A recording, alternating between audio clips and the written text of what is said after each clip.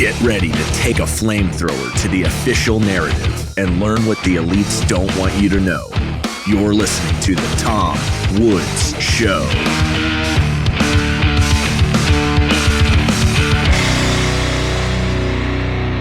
Hi everybody, Tom Woods here. It is episode 2701 of The Tom Woods Show, and I'm very happy to have with us today Wallace Thompson, who is the author of this book right here, The Field Game Field Guide, a guide to sportsmanship and life.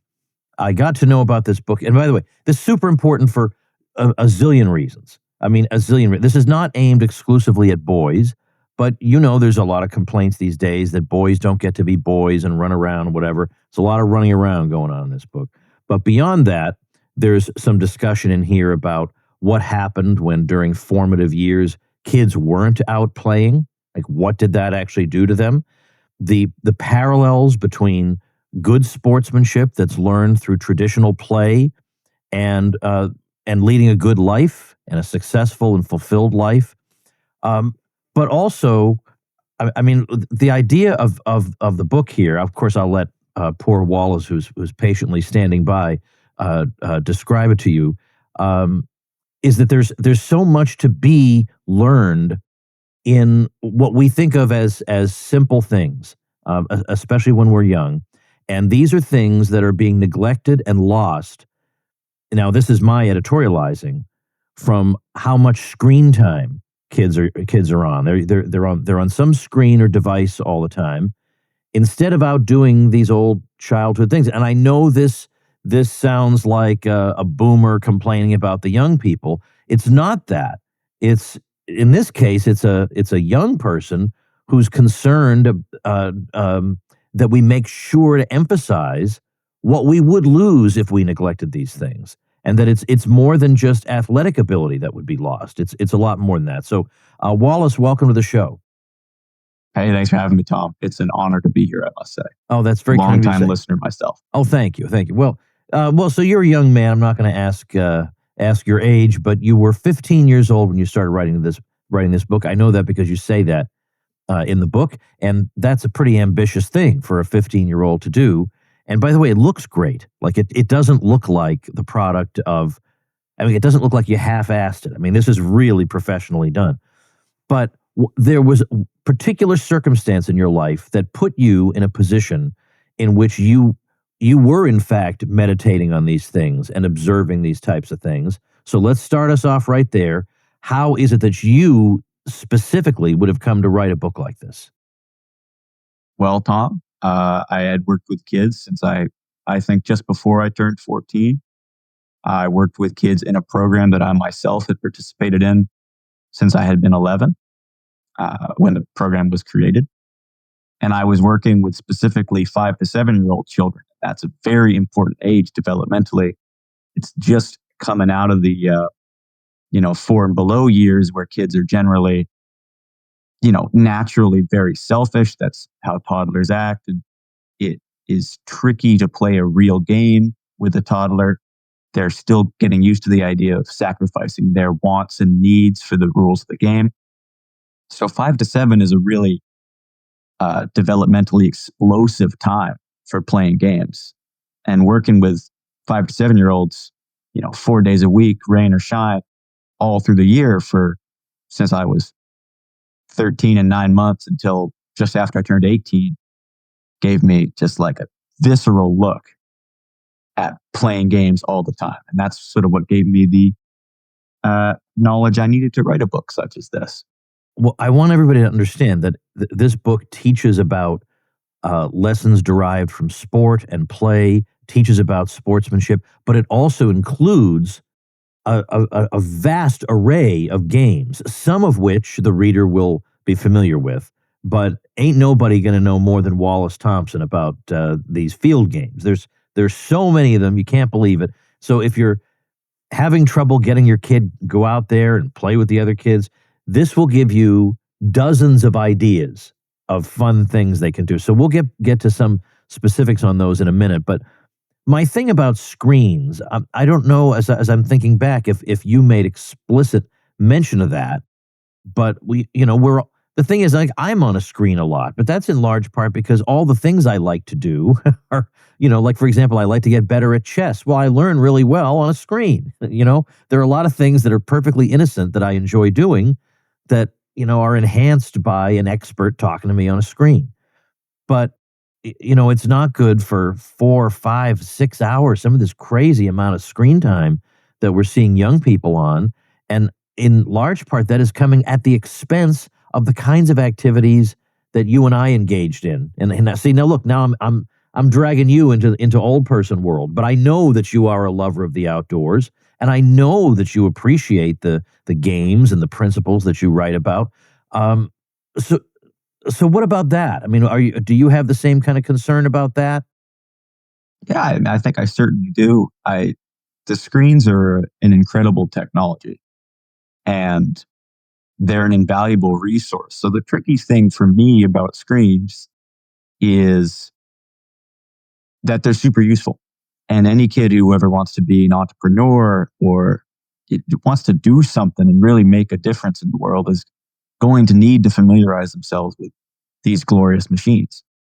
And I think for me, and I've had real experience with this because I'm a young guy. I've been raised with these. I've had a lot of experience with screens. I've had my fair share of succumbing to temptation, spending too much time on them.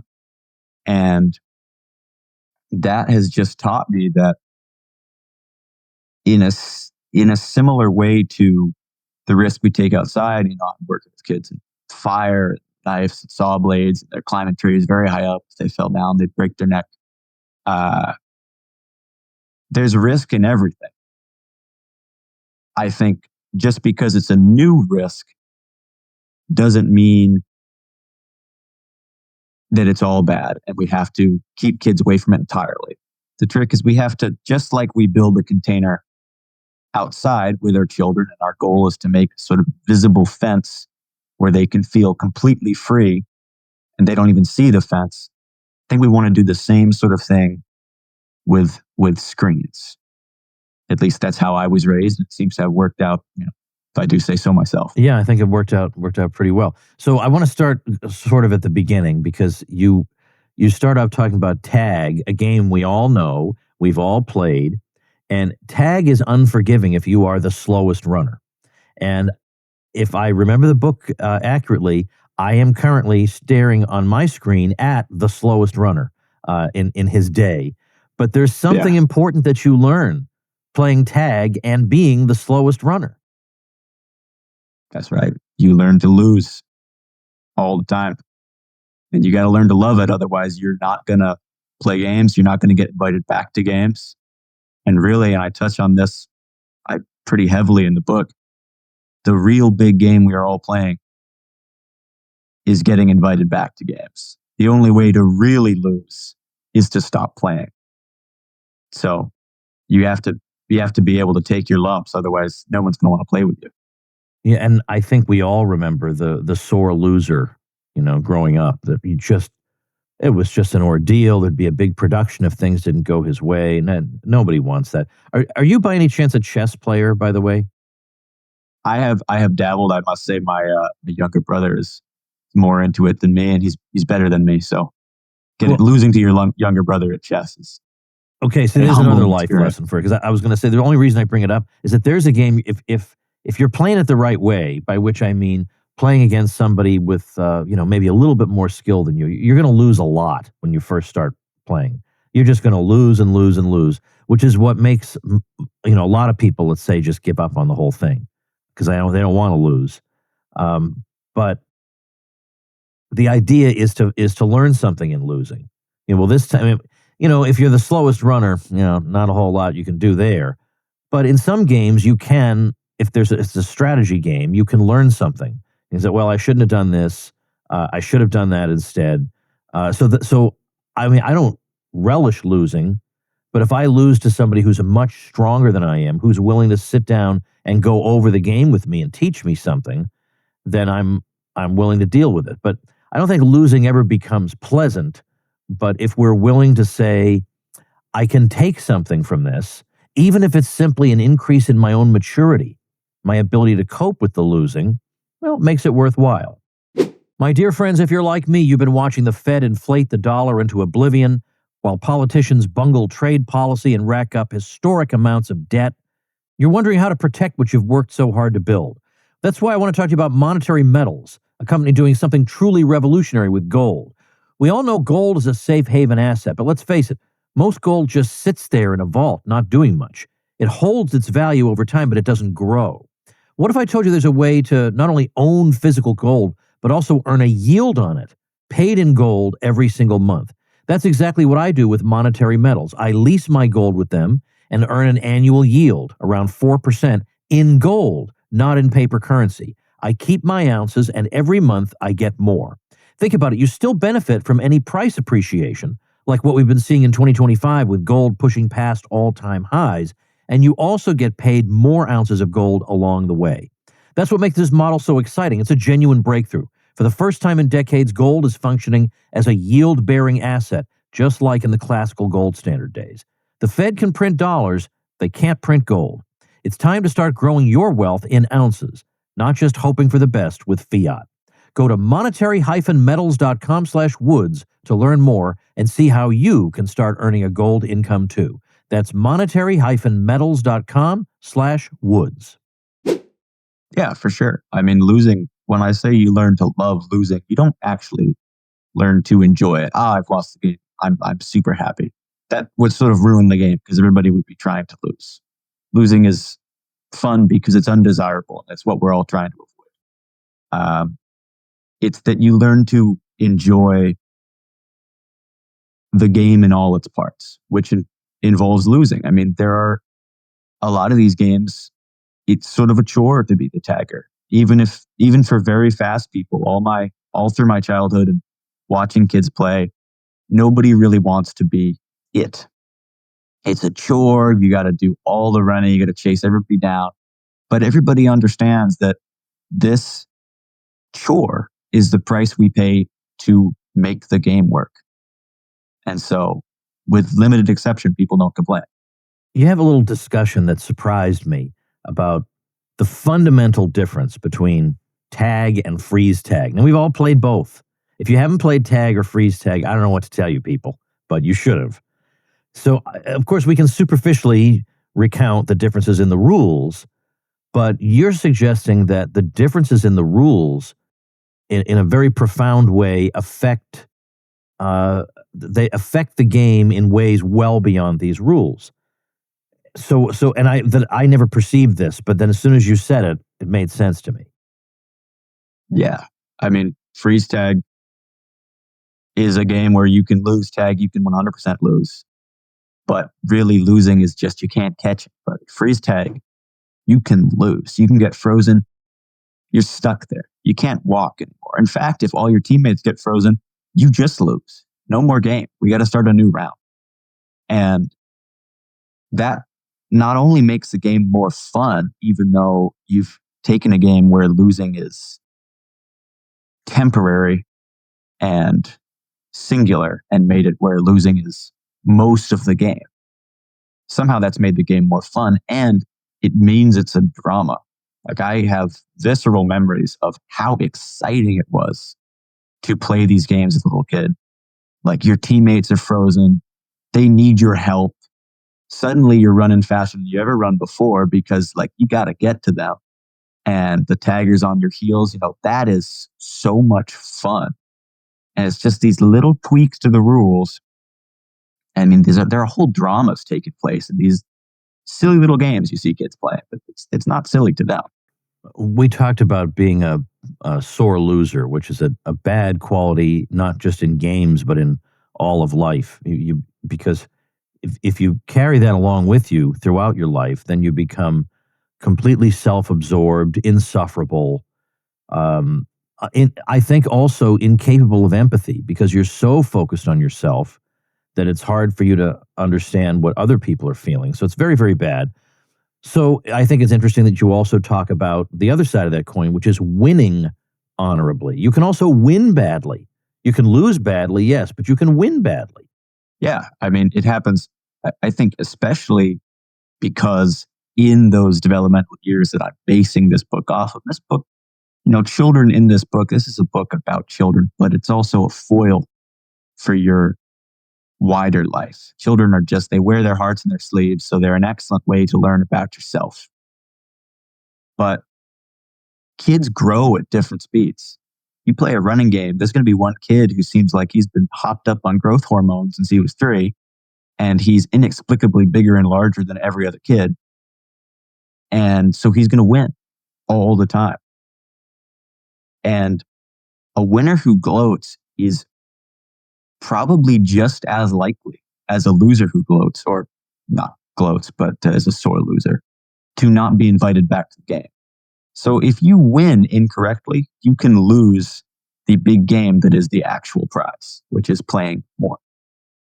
You have a section called The Greater Game that maybe of all the chapters in the book draws parallels with real life. That you could indeed temporarily win the immediate game of whatever it is, but depending on how you win, whether by being a cheater or by being a sore winner, a gloater, you could lose the greater game. So what do you mean by the greater game? Well, I think life is sort of a series of games. A lot of the stuff, and I mean that to say that most of the things we do in life are voluntary relationships we enter in between people, between your employer, between your wife or husband, your girlfriend, boyfriend, just your friends you hang out with on the weekends. These are all voluntary arrangements you've entered in. And that's the exact same way with games. Field games, you play on the pitch, you're entering into a social contract.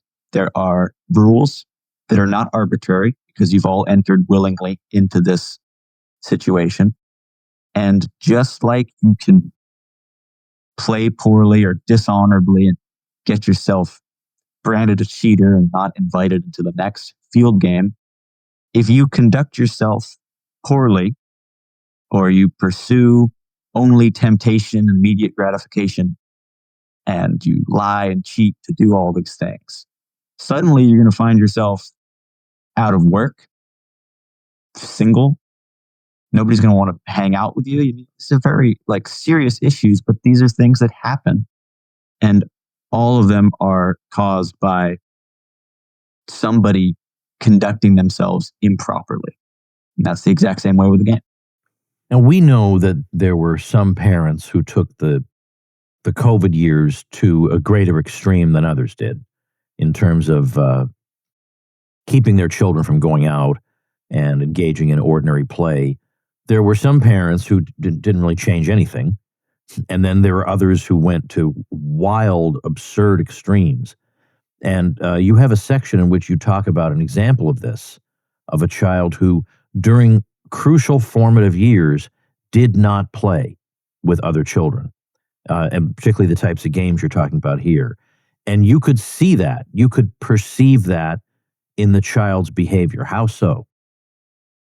Well, it's not easy or instant to learn how to play a game. Again, kids come out, they pop out in the world quite selfish because they have to. That's the nature of a baby. It's all about the baby.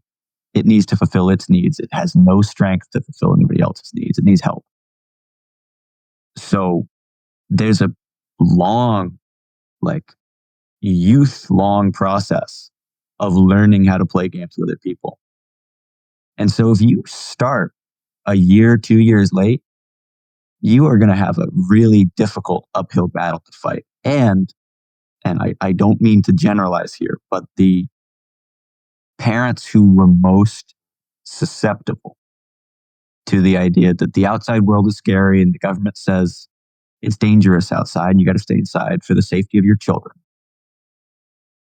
also tend to be helicoptery and risk averse.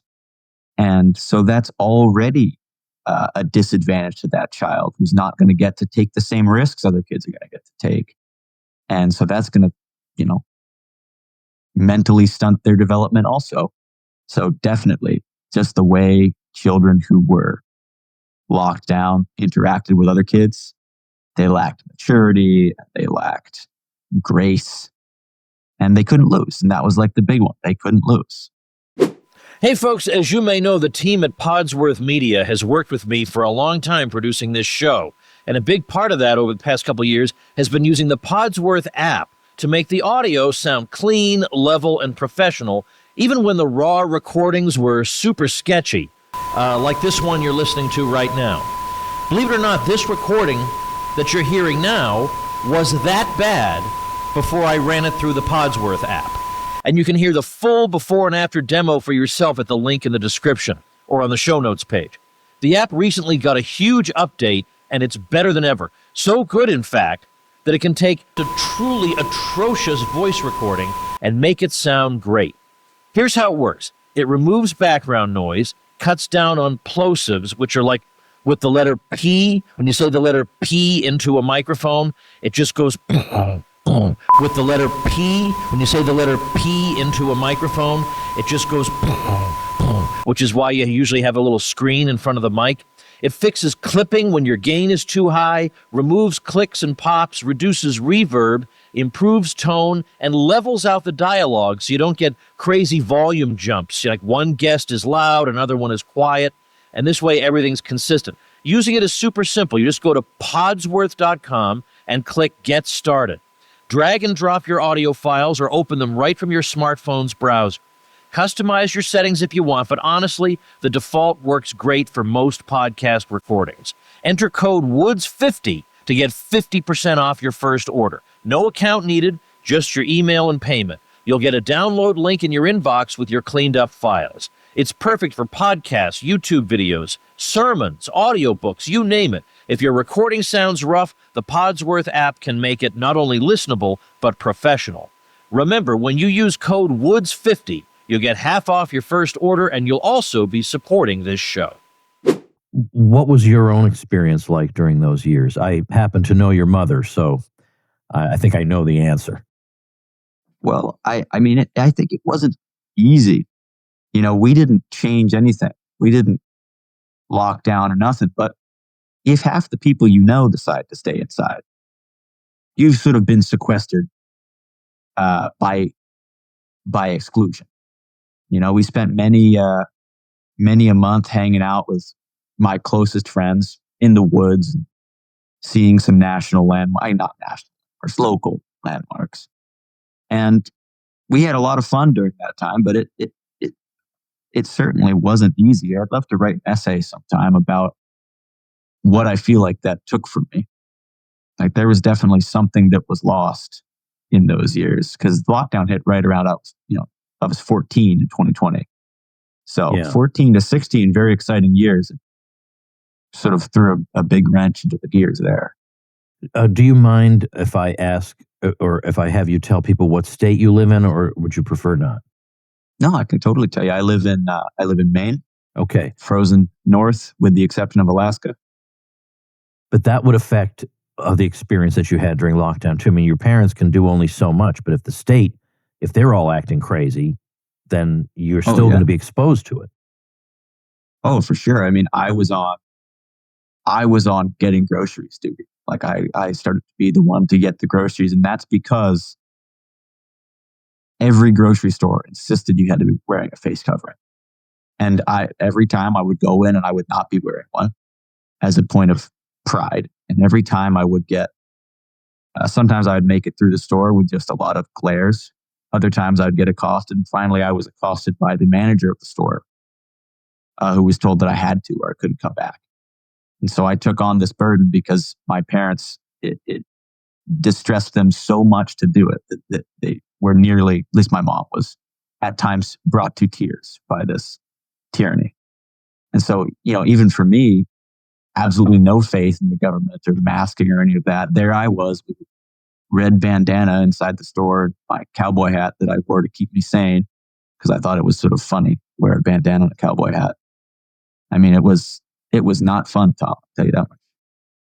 Yeah. I mean, I was lucky in that we moved to Florida, in a sense, fortuitously in 2016, not knowing what was going to face us. So I'm glad that I was able to, in a way, conceal from my younger children what was going on so they didn't have to be traumatized by the madness. That definitely helped. Um, so let's go back here. The honor system is another thing that decent people know how to live by, and it's another thing that we can learn through games. Now, you have a chapter, Banana Slug Tag and the Honor System. This is, and I thought, what did I just have no childhood? I didn't know half of these games. Yeah, Banana Slug Tag. I have also heard it called Everyone's It Tag. I have always heard it as Banana Slug Tag, but I've explained to certain people the rules of the game, and they're like, "Oh, this is like Everyone's It Tag." But Banana Slug Tag is a excellent game that I love to play, and it involves the concept of, again, everyone being it. And there's this one specific, I suppose, two specific instances where the honor system comes into play, and it's very important. And if you have too many players who are bad at abiding by the honor system, the game really dissolves. Which is, one, if you are tagged, you sit down, or sometimes you cross your arms because sometimes the ground is wet and no one wants to sit down. But either way, you symbol that you are tagged and not currently playing the game. And if you are not tagged, you don't do that. So it's pretty easy to understand that you should not pretend to be tagged, to sneak up on somebody. But there are kids for whom that is not intuitive, or if it is intuitive, they've chosen to ignore it in favor of short-term gratification and winning the game that's immediately before them. The other one is, this game involves a little Rochambeau, a little rock, paper, scissors. And that happens if somebody tags you, but they don't tag you on the back. If they tag you on the back, they get you, they win. You're down. But if they tag you in the front, or you tag each other at the same time, you got to play rock, paper, scissors to see who goes down. The only other time you play rock, paper, scissors is if you are in a dispute. You say you tagged them on the back. They say you missed. They say they tagged you on the back at the same time. In the interest of keeping the game moving, because it's a very fast-paced game, there's a rule that says when you get in an argument, just play rock, paper, scissors and be done with it. But of course, that's easy to abuse because some kid who has not everybody's best intentions at heart can conclude, well, I can just run through this game arguing with everybody and never get tagged on the back. And that is totally something you see happen. And it is so obviously a violation of the implicit rules that every other kid will call them a cheater. And that kid will retort, I'm just following the rules. It's like, no, you're not following the rules. You're following the rules as you see them written on paper, but you're not following the spirit of the game. Yeah, no, understood. Give me it now. That's one that I didn't know, but give us an example of a game that you think is especially fun and that you likewise think most people are probably unfamiliar with. I'm going to go with Oscar's Garbage Can. Oh, that sounds like requires some prep, requires some resources that not everybody has on hand. But I played this game once when I was 7, and it was so much fun. And I've been asking people about it ever since. No one's ever heard it. The way you play Oscar's Garbage Can is, when I played it, I was in PE when I very briefly went to kindergarten. And we were using those trifold gym mats, although you could use a tarp or you could build a structure out of sticks. Anything that allows you to create a hexagonal or square structure that someone can be inside with an open roof. And the way it works is there are balls scattered around the outside of this garbage can you've constructed. And Oscar goes inside the garbage can. And their only goal is to keep all the balls out of the garbage can, and everybody else's goal is to get all the balls in the garbage can. So what everybody outside the garbage can does is they run around and they throw balls into the garbage can. Oscar's going to furiously and rapidly pick up balls and chuck them back out of the garbage can. And it's super fast paced. I remember it being best thing in the world when I was 7. What was it that told you, I have to write a book about this? Because that's very unusual for somebody at age 15 to think. I think I don't remember exactly where I was, but I remember I was playing a game of Capture the Flag. Notorious game. Everybody's played Capture the Flag who had a childhood. And we had a very brief discussion about what specific rule set we were using. And we were discussing specific variations in the rules with singular phrases. Are we doing tag backs? No. Are we doing free walkbacks? Yes. Are we doing jails? No. We had this discussion in a matter of 15 seconds. And I walked away towards my end of the pitch and I thought, somebody ought to write this stuff down. We could all forget what these words mean. There's clearly a lot of knowledge held between us. Someone's got to write this down. And that's where the idea came from. And then I think I really credit the completion of the book to the encouragement of my parents and my peers. I don't think I would have finished it if it wasn't for the people around me. Well, hence your dedication. You dedicated to your parents for urging you to finish it. So very nice. So what would you say, what is it that makes something fun, a game? Why is a game fun? A fun game. What makes it that way? Well, there's lots of things to do that are fun. The trick about making a game fun is it has to encourage you to do those things that are fun. Competition is fun. Collaboration is fun. Running around is fun. Catching a ball is fun. So the game hiding successfully is fun. It's sort of a fruitless endeavor to explain all the things that are fun, but you don't need to. Everybody knows what's fun for them. And so a game that is well designed will have sound rules that are fair, that encourage play that is fun. You can make a game that has rules that are fair and even and balanced, but it can be no fun at all because the game doesn't encourage you to use them, or it doesn't encourage you to do anything interesting at all. So when someday there are little Wallace Thompsons running around somewhere, what's their childhood going to look like?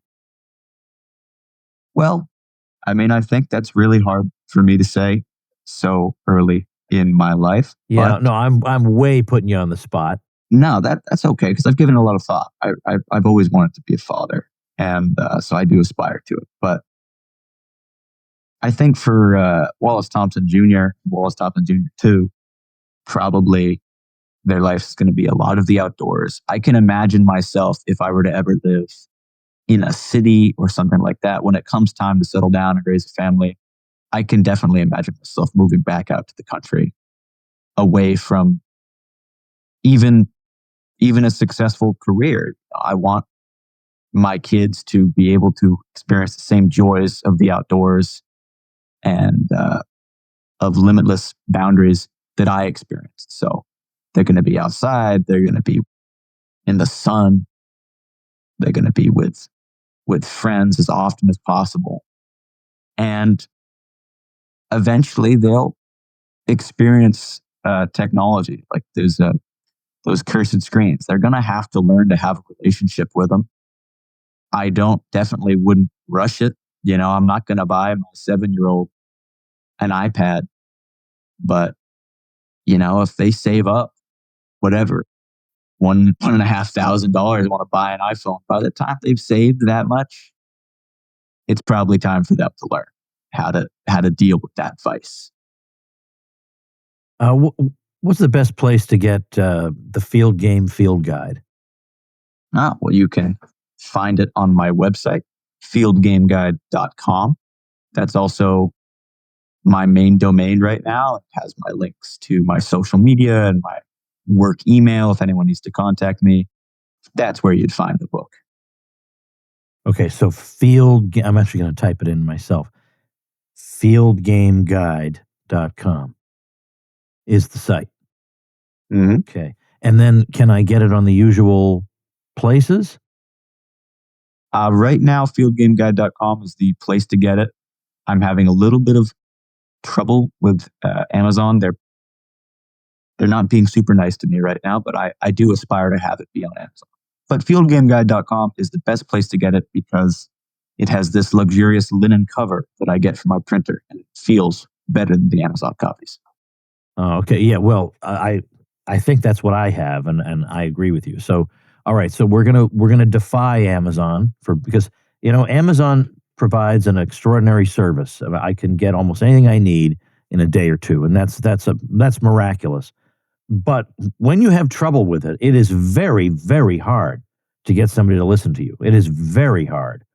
So, I'd be happy to see if I can help or if I know somebody, on the inside who can push things along for you. But in the meantime, we're all going to head to fieldgameguide.com and pick up a copy. So, Wallace, congratulations on doing this. I would say having a book of this stature published at such a young age is a good sign for your future. Let's say it's a great accomplishment. It's a very important subject, and the bunch of games at the end is just a thrill.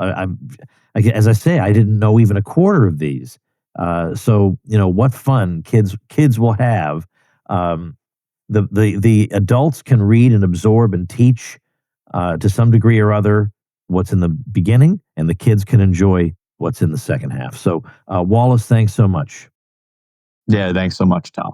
Really, again, I'm honored to be on the show. Very kind of you to say. I appreciate that. Thank you very much for listening, ladies and gentlemen. Make yourself and those you love less vulnerable to the regime, both mentally and physically. Get more forbidden information at tomsfreebooks.com and be sure to subscribe to the show wherever you listen. See you next time.